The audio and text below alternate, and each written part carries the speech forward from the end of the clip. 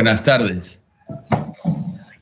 Es muy grato para mí estar aquí esta tarde con ustedes en la Universidad de Piura, en esta audiencia descentralizada de la Comisión de Constitución y Reglamento, para opinar sobre el predictamen que propone el retorno a la bicameralidad. Agradezco a la presidenta de la comisión, Patricia Juárez, por su cordial invitación. Además, felicito sinceramente a los integrantes de la comisión por haber avanzado tanto en esta reforma trascendental. Antes de entrar en materia, quiero subrayar la importancia del Congreso de la República. Se trata de la institución que encarna la esencia misma de la democracia, en tanto reúne puntos de vista distintos sobre lo que se debe hacer en el país.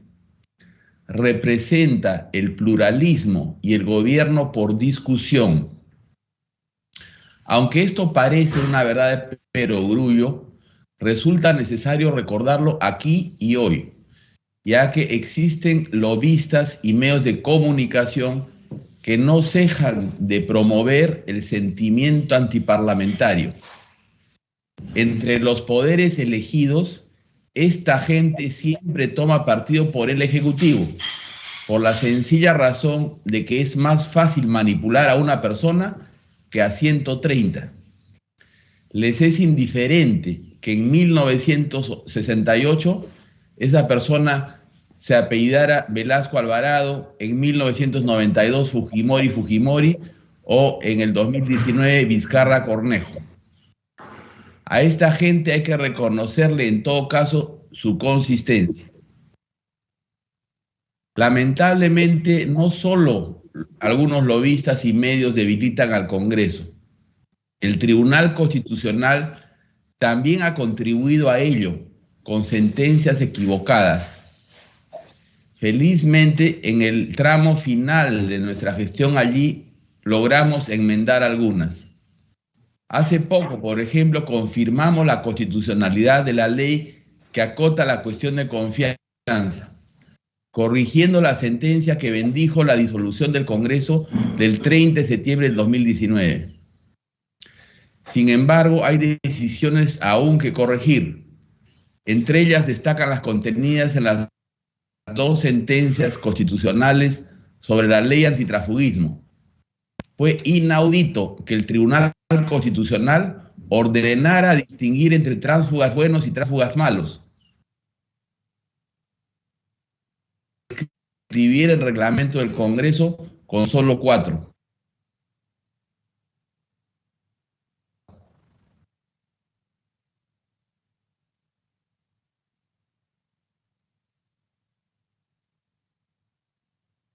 El Tribunal Judicial cerrara filas detrás de la medida cautelar dictada por una jueza suplente, deteniendo la renovación del Tribunal Constitucional.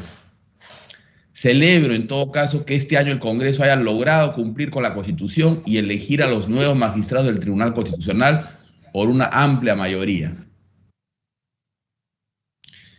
Dicho todo esto, expreso mi respaldo a la propuesta de restaurar el bicameralismo en el Perú. La razón fundamental del mismo la indiqué en el voto que emití en el caso de la vacancia del presidente de la República por incapacidad moral. Allí cité el conocido acerto de Karl Lowenstein.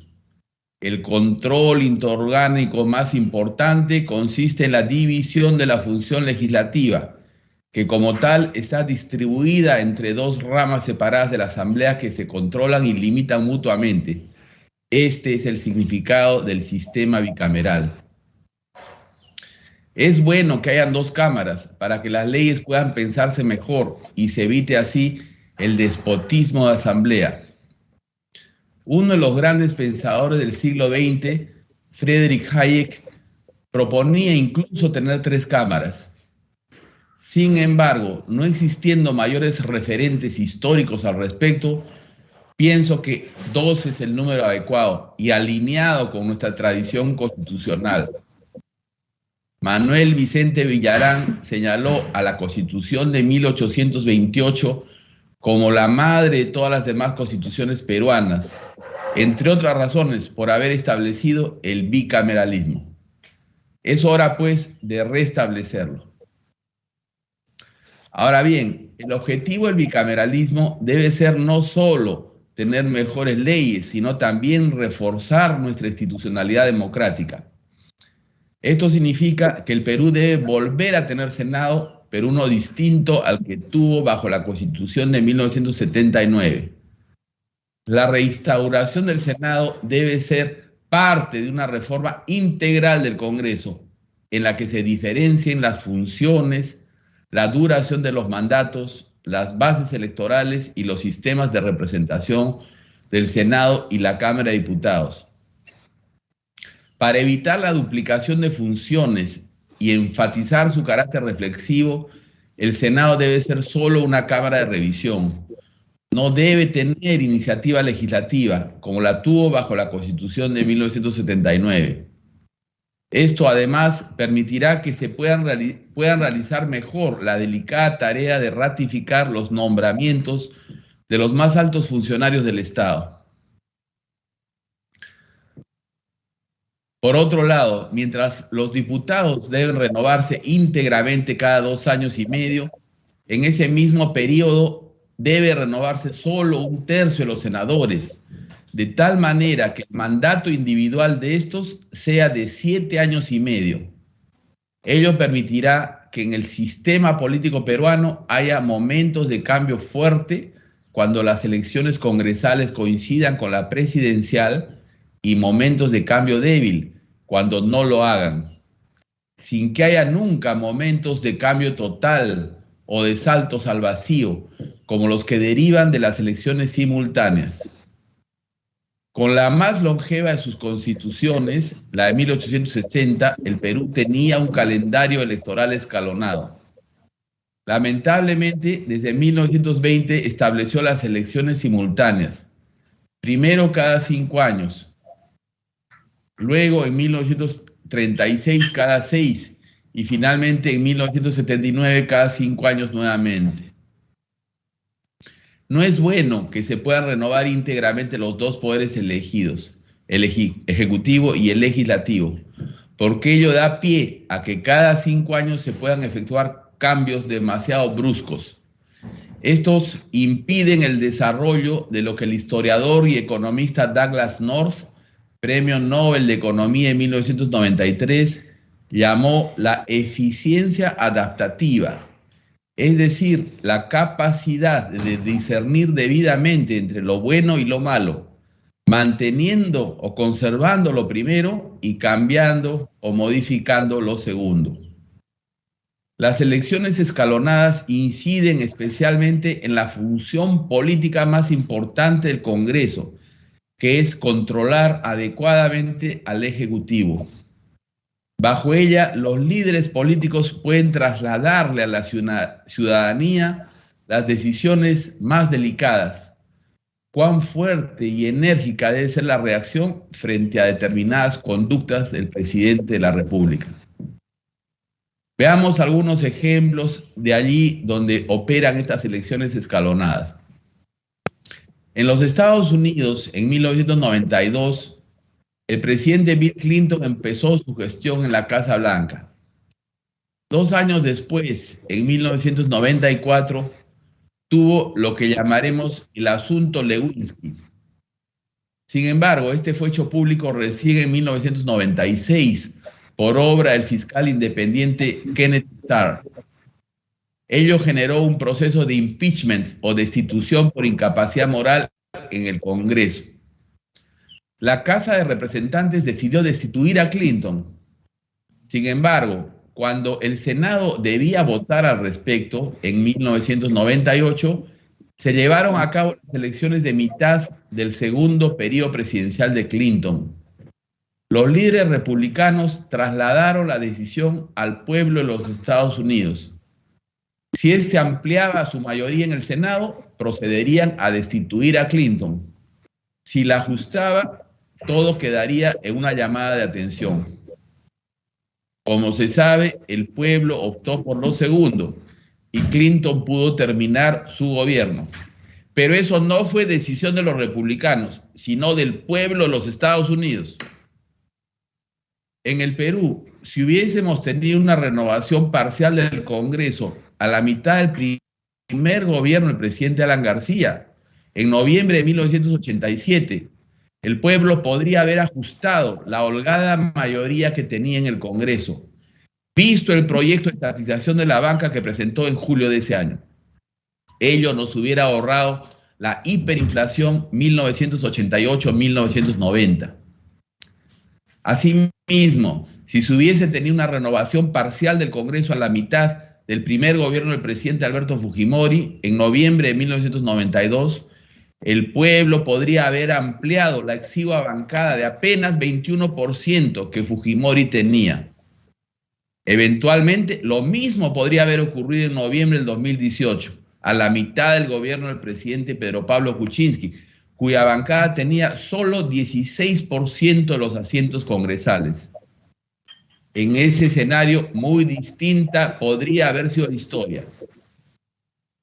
Ciertamente, estas son ucronías, son especulaciones, pero el hecho macizo es que a mayor frecuencia de las elecciones, mayor control tendrá la ciudadanía sobre la representación parlamentaria y el sistema político. Esa es una ley praxeológica que no se puede discutir. A consecuencia de ella, el contrapunto entre el legislativo y el ejecutivo responde mejor al entendimiento de la gente. Eso es la democracia. Por otro lado, si se compara con referentes relevantes, el calendario electoral peruano es muy espaciado.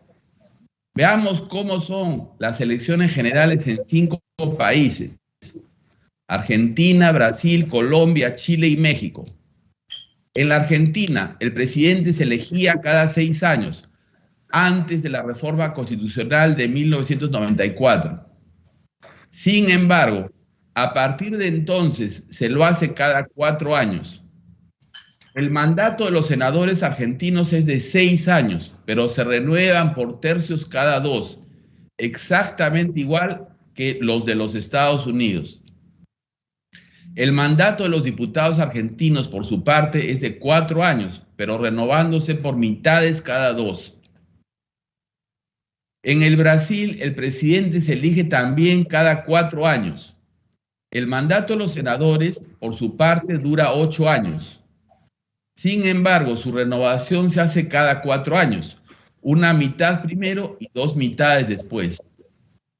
Finalmente, los diputados brasileños se renuevan íntegramente cada 4 años, igual que el presidente de la República.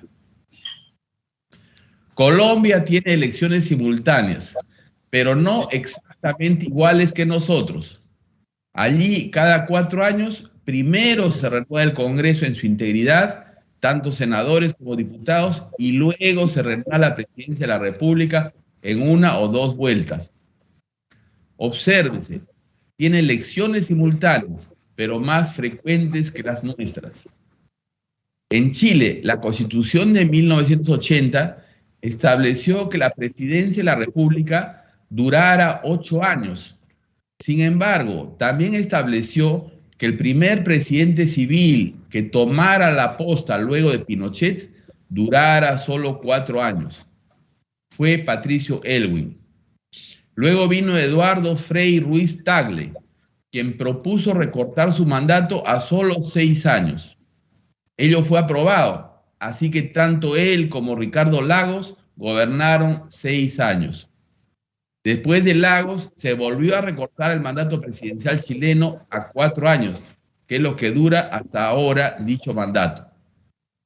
En todo caso, los senadores chilenos duran 8 años, renovándose por mitades cada 4.